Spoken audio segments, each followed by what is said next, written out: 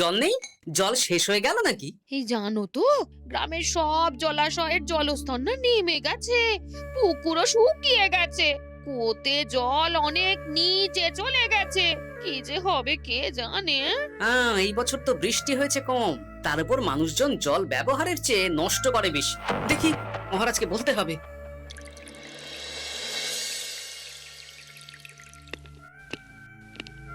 এই তো গোপাল এসে গেছে। শুনেছো, রাজ্যের সকল জলাশয়ে শুধু শুনিনি, চাক্ষুষ দেখেছি, আর এর কারণ ও তার সমাধানও ভেবে এসেছি মহারাজ। তুমি কি বলতে চাইছো সেটা বলো না খোলসা করে। মহারাজ, আসন্ন দিনে জলাভাব মেটানোর একটাই উপায়, তা হলো প্রজাদের উপর কর চাপানো। মহারাজ, আমার ঠাকুরদা বলতেন, যা মেলে মূল্য বিনে তার মূল্য কে আর জানে। আমরা যেহেতু জলের মতো এত মূল্যবান সম্পদ বিনামূল্যে পাচ্ছি, তাই একে গুরুত্ব দিতে শিখিনি। সবাই মিলে দেদার জলের অপচয় করছে। আমি এই অপচয়ের বিরুদ্ধে কর বসানোর পরামর্শ দিচ্ছি মহারাজ। জলের জন্য দেবে দাম, ছুটে যাবে কাল ঘাম। হ্যাঁ, যখনই জলের জন্য কর দিতে হবে, তখনই জলের অপচয় বন্ধ হবে। এতে লাভটা কি হবে গোপাল? মানুষ কম জলে কাজ করা শিখে যাবে, ফলে আগামী দিনে যদি জল সম্পদ কমেও যায়, এই কৃষ্ণনগরের প্রজারা আগে থেকেই তার জন্য প্রস্তুত হয়ে যাবেন।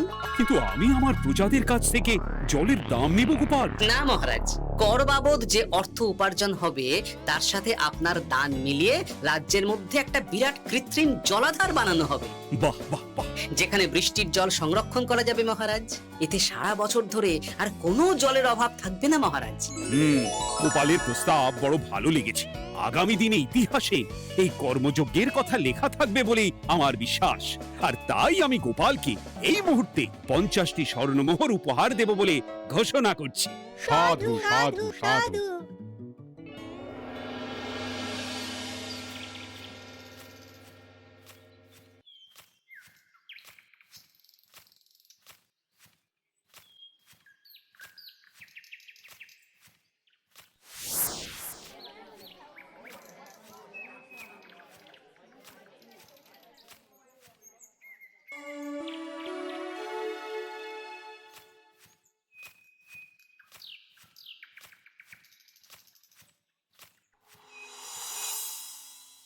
মানে আমার এই এতটুকু স্বাদ তুমি পূর্ণ করবে না? আমি কি নিজের জন্য চেয়েছি নাকি? সবই তো পাবে তোমার মেয়ে আর জামাই। হ্যাঁ, সে বুঝেছি গিন্নি, তাই বলে এতগুলো মুদ্রা আমি খরচ করতে পারবো না। পারবে না? আমি তাঁতির বাড়ি থেকে মেয়ে জামাইয়ের জন্য কয়েকটা শাড়ি আর ভালো পাঞ্জাবি কিনে একটু পাঠাবো। কিন্তু এখন আমার কাছে অত মুদ্রা নেই গিন্নি, পরে পেলে আমি ঠিক তোমার স্বাদ পূরণ করব। আবার বাজে কথা বলার জায়গা পাও না তুমি। এতক্ষণ কোথায় ছিলে গো? আমি বেলায় নদীর পাড়ে গিয়েছিলাম, তখন কমলা আমাকে বলল তোমায় নাকি দেখেছে। কি দেখেছি?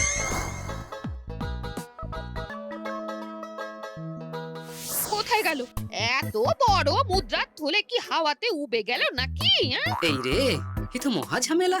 কখন কে যে গিন্নিকে খবর দিচ্ছে সেটা টেরও পাইনি। বলি মুখে কুলু পাটলে যে বড়, বলি রাজা মশাইয়ের কাছ থেকে যে এত রোজগার করো, সেই মুদ্রা যায় কোথায়? কানের মাথা খেও না তো। আমি কি তোমার কোনো কিছুর অভাব রেখেছি? বলো একবার। খাওয়া পড়া কোনো কিছুর তো কোনো খামতি নেই তোমার।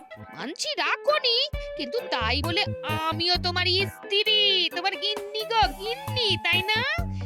আমার তো জানার অধিকার আছে নাকি যে তোমার উপার্জনের অর্থ করি সব কোথায় যাচ্ছে?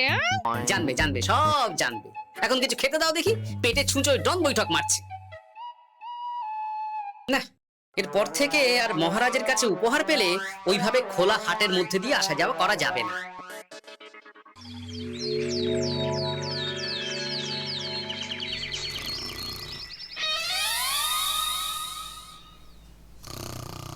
তোমার আর কোনো চিন্তা নেই গোপাল। আমি তোমার মাসোহারা তো বাড়িয়ে দিলাম, সঙ্গে প্রত্যেকদিন তুমি 10 মোহর করে পারিতোষিক পাবে। এই নাও। এই ভোরবেলায় একটা জব্বর স্বপ্ন দেখা গেল বটে। এই স্বপ্ন খুলে গেলে আর কোনো চিন্তা নেই। গিন্নি, ও গিন্নি, বলি গেলে কোথায়? গিন্নি, সারা নেই? ও গিন্নি, রাগ করলে নাকি গো? আরে এসো এসো, এমন একটা স্বপ্ন দেখেছি না যে তোমার আর কোনো চিন্তা থাকবে না গিন্নি। মোহর আর মুদ্রা একেবারে ঝরে পড়বে গো।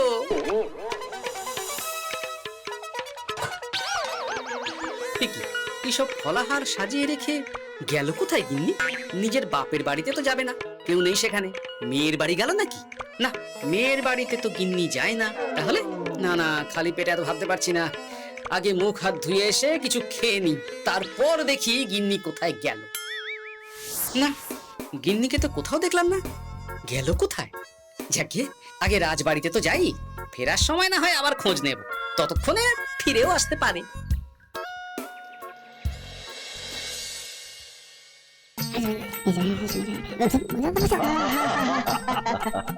বাহ বাহ বাহ, একেই বোধহয় বলে সঙ্গগুণ। অনেকদিন এত হাসি নিয়ে। যা বলেছেন মহারাজ। হাসির চোটে পেটে ধরছে খিল। কর্তা আর গিন্নিতে দেখছি রয়েছে অনেক মেল। কি গিন্নি, তুমি এখানে কি করছো? কি গোপাল, তুমি রাজসভায় এলে যে বড়? তুমি নাকি রাজসভার কাজ থেকে অবসর নিতে চেয়েছো? এই কথা কে বললো মহারাজ? এই তো উনি বললেন। বলি আমি আবার কি করব? তুমি আমায় একটা কাজ দিলে আর সেটা আমি করব না বলো? আমি তোমায় কাজ দিলাম? কি কাজ? বাবা গোপাল, তুমি কি আকাশ থেকে পড়লে নাকি? তুমি তো তোমার গিন্নিকে বলে পাঠিয়েছো যে তুমি আর রাজসভার কাজে যোগ দিতে চাও না। তোমার নাকি আর কাজে মতি নেই, তুমি বিশ্রাম চাও। এই রে, গিন্নি দেখি ভয়ঙ্কর চাল দিয়েছে। আমার নামে রাজসভায় এসে এইসব বলেছে। তাই কথা ঠিকই গোপাল, যে তোমার অবসর গ্রহণের কথা শুনে আমি বিশেষ মনমরা হয়ে পড়েছিলাম। কিন্তু তোমার গিন্নি যেভাবে রাজসভায় হাসি মজা হুল্লোড় পরিবেশন করছে, তাতে আমার মনে হচ্ছে এই সাপে বর হয়েছে। এই বেলা যদি গোপালকে কায়দা করে রাজসভা থেকে তাড়ানো যায়, তাহলে আমার পথ থেকে বিরাট বড় একটা কাঁটা উপড়ে ফেলা যাবে। গোপাল গিন্নি সবার মধ্যে বিলিয়েছেন হাসি, তার জন্য রাজামশাই হয়েছেন ভারী খুশি। হ্যাঁ গোপাল, তাই আমি ঠিক করেছি তোমার স্থানে আমি তোমার গিন্নিকেই বহাল করব। হ্যাঁ, তোমার সঙ্গে ঘর সংসার করে ওর বুদ্ধি বেশ খোলতাই হয়েছে, সেটা বোঝাই যাচ্ছে। এছাড়াও আমাদের অনেক পরামর্শ দিয়ে সাহায্যও করতে পারবে। তাছাড়া উনি মহিলা বলে অন্দরমহলেও যেতে পারবেন, রানীমাও খুশি হবেন বলেই তো আমার বিশ্বাস। কি গোপাল গিন্নি, তোমার এই কাজ করতে কোনো আপত্তি নেই তো? আপত্তি কেন থাকবে মহারাজ? আমি ধন্য আপনি আমায় এত বড় সম্মান দিচ্ছেন বলে। এ তুমি আমার কত বড় সর্বনাশ করলে গিন্নি। তুমি কিনা শেষে আমার চাকরিটাই খেলে। এটা গোপালের জন্য বড় ভালো হলো, তাই না? কোনো কাজ করতে হবে না, কিন্তু রোজগার আগের মতোই থাকবে। অবসর আর উপার্জন একসাথে। না হে গোপাল, তুমি আর এখানে কাঁচুমাচু মুখে দাঁড়িয়ে না থেকে নিজের বিশ্রামে ব্যাঘাত ঘটিও না। আমাকে সবার কাজ শুরু করতে দাও। যথা আজ্ঞা মহারাজ।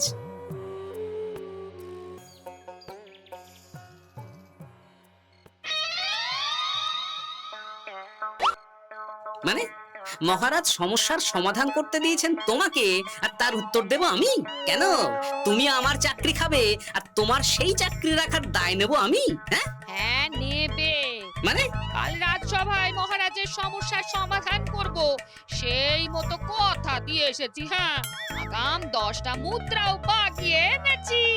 তার থেকে তোমায় একটা মুদ্রা দিলাম, এখন মানে মানে আমাকে উত্তর বলে দেবে, না হলে আমি কেন দেব? আমি পাবো একটা মুদ্রা, আর তুমি আমার কাছে উত্তর জেনে নিয়ে সেটাই বলে পাবে 9 মুদ্রা। কিছুতেই না। বলবে না? না। তাহলে ভালো করে শুনে রাখো, আজ থেকে ঘরের উনুনে হাঁড়ি চড়বে না। চাকরি তো খুইয়েইছো, এবার না খেয়ে প্রাণটা খোয়ানোর জন্য তৈরি হয়ে যাও। হ্যাঁ, ওরে বাবা, এমন কথা কেন বলছো গো গিন্নি? তুমি তো জানো যে খিদে একদম সহ্য করতে পারি না। এখন যদি তুমি এইসব বলো, তাহলে আমার রক্ষে নেই গো। বেশ, তাহলে আমি যা জানতে চাইছি শ্বশুর শ্বশুর করে বলে ফেলো দেখি। এ আমি কি শাঁখের করাতে পড়লাম রে বাবা। ঠাকুর, এত দুর্ভোগ লেখা ছিল, ঘরে বাইরে সব জায়গায় এত হেনস্থা যে সহ্য করা যায় না ঠাকুর। একেই তো বলে গো গিন্নি, মেঘ না চাইতেই জল। এতদিন কতভাবে চেষ্টা করেছি গোপালকে রাজসভা থেকে তাড়াবার, আর গোপাল নিজেই কিনা রাজসভা থেকে পালিয়ে গেল। সব বলছো? তোমার শরীর ঠিক আছে তো? শরীর মন সব ঠিক আছে, তবে গোপালের বদলে কাকে বহাল করা হয়েছে শুনলে তোমার মাথা ঘুরে যাবে। কাকে? গোপাল গিন্নিকে। আমার কিন্তু বিষয়টা খুব একটা সরল ঠেকছে না গো। গোপাল ভাঁড়ের বুদ্ধি তো আর যে সে বুদ্ধি নয়। উনি যাই করেন খুব ভেবে চিন্তে করেন, এর পেছনে আবার কোনো মতলব নেই তো। এটা তুমি মন্দ বলনি গিন্নি। গোপালকে নিয়ে সত্যিই কোনো বিশ্বাস নেই। ও কখন কি ঘোট পাকাচ্ছে বলা যায় না। আমাকেও সাবধানে থাকতে হবে। দেখতে হবে যে গোপাল আসলে কি চাল চালতে চাইছে।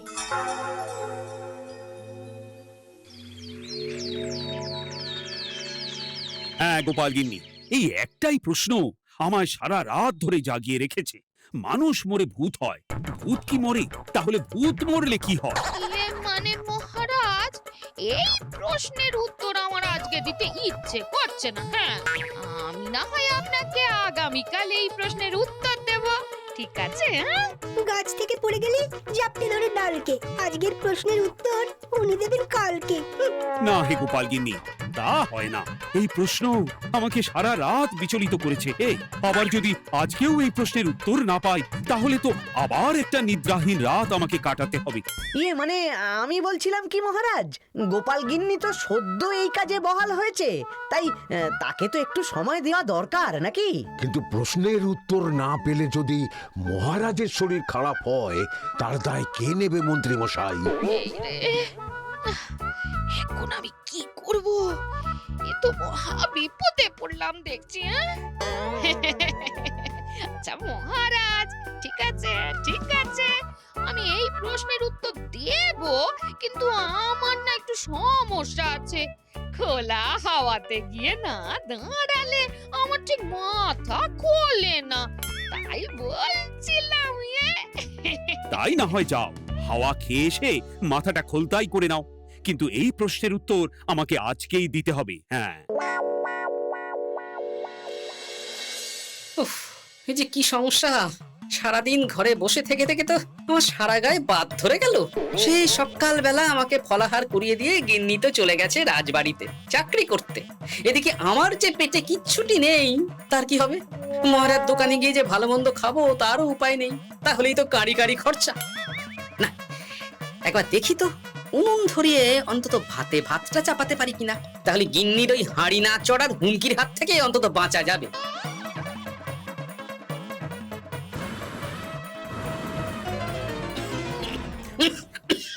ও বাবা গো, ও বাবা, এত কেসে কেসে সোজা শেষ যাত্রা হয়ে যাবে আমার। না, এর চেয়ে না খেয়ে মরাও ঢের ভালো।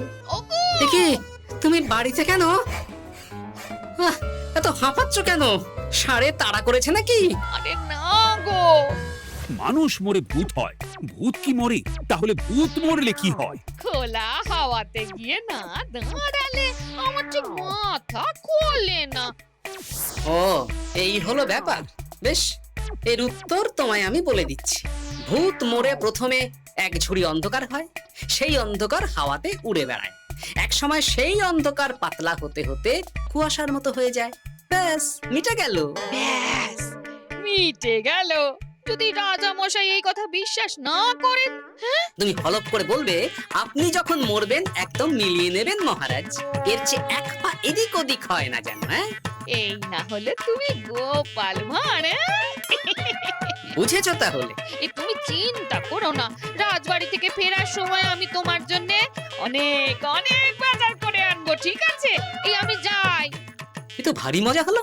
মহারাজ তক্ষুনি প্রশ্নের উত্তর চাইলে গিন্নি এইভাবে সেই রাজবাড়ি থেকে দুধ দাঁড়িয়ে ছুটে আসছে উত্তর জানতে।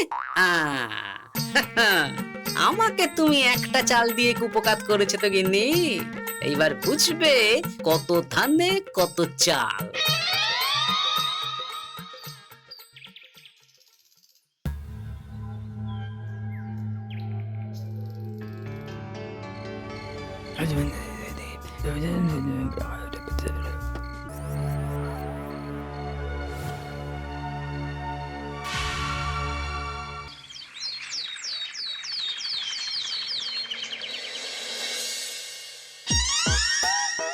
তাহলে আর বলছি কি তোমাদের, সকালবেলায় উঠে দেখি মুখের এই হাল।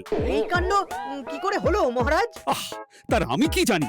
আমি সকালে উঠে আয়নায় নিজেকে এই অবস্থায় দেখে খুব চিন্তায় রয়েছি।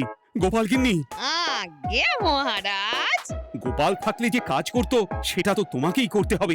বলতে হবে এর সমাধান কি। হ্যাঁ মানে আমি হ্যাঁ হ্যাঁ, আমার মনে আছে। তোমার তো আবার হাওয়া না খেলে চলে না।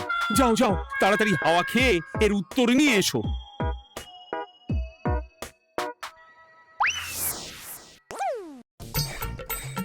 এই জন্য তুমি এত দূর ছুটে এলে গিন্নি? মহারাজকে বলবে যে তিনি যেন আজ রাতে চাদরটা মুখে ভালো করে মুড়িয়ে ঘুমান, তাহলেই মিটে যাবে। এই রং চলে যাবে আর নতুন করে কিছু হবেও না। ও মা, বলি এত সোজা সমাধান? হ্যাঁ? তা নয় তো কি?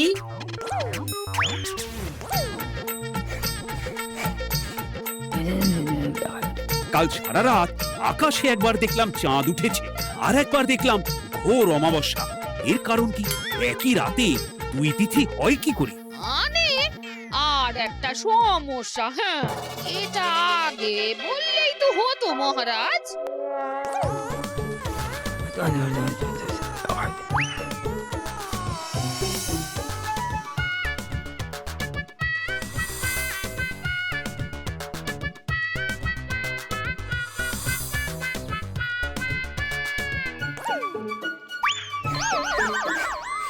এ কি, তুমি হাওয়া খেতে গিয়ে এইভাবে খাবি খাচ্ছ কেন গোপাল গিন্নি? এর কারণ আমি জানি মহারাজ। সে কি কাণ্ড!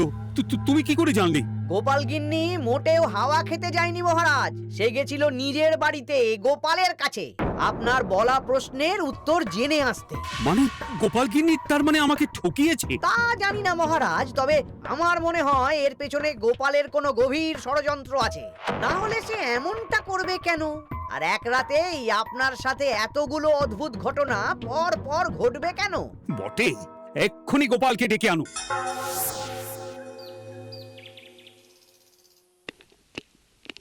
না মহারাজ, আমি সত্যি অবসর চেয়েছিলাম, আর তাই আমার গিন্নি আপনার কাছে এসে বলেছিল। ওর কোনো দোষ নেই মহারাজ।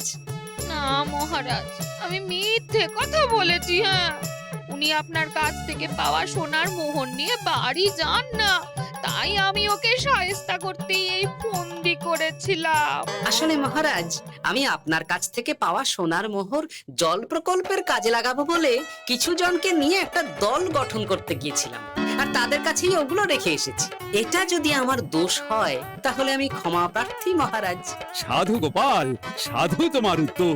এই কাণ্ড! আর এদিকে রাজবাড়ি থেকে বাড়ি, আর বাড়ি থেকে রাজবাড়ি করতে করতে আমার প্রাণ ওষ্ঠাগত হয়ে গেছে মহারাজ। ওহ, আমার ঘাট হয়েছে, আপনি আমায় ক্ষমা করে দিন মহারাজ। এইবার মজার টের পেয়েছ তো গিন্নি? আপনি আপনার আদরের গোপাল ভাঁড়কেই তার চাকরি ফিরিয়ে দিন মহারাজ। আমি যাই আমার হেসেল সামলাতে। কেলে পচা খুব ভালো করেছে বলতে হবে।